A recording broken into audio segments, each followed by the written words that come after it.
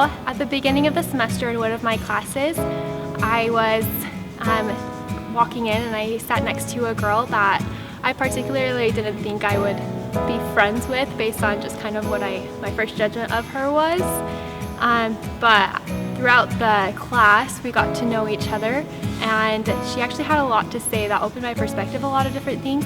They were different from what I thought about the particular subject, but the way that we interacted was really good, and I was able to get to know her, and she actually became one of my good friends throughout the rest of the semester, even despite our differences, because we were able to give her a chance. We were able to help each other open each other's minds and become good friends.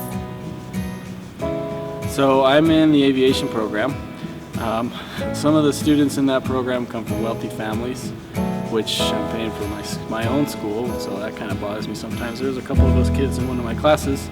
They were talking about how they got to fly their dad's plane everywhere and stuff. It's kind of bugging me. But then a couple days later, I flew into Provo and was having issues with my plane. So I had to fly back to Provo and was stuck there for a little while. And it just so happened that those two kids that were bothering me in class were at the airport, and they offered to help me and even offered to fly me to Ogden if they needed to. So I maybe misjudged them a little bit. So I was asked about a time I misjudged someone and got to know them better and thought more about them. At the time, I was living on the East Coast, and I met this lady who lived on the street. She, at the time I met her, was totally homeless, totally drunk when I met her, but kind of struck up with conversation, got to know her a little more,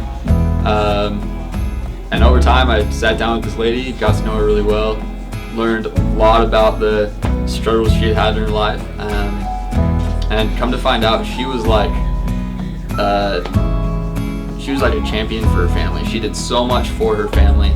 And the day that I had first met her, when she was kind of drunk and put together, she kind of snapped.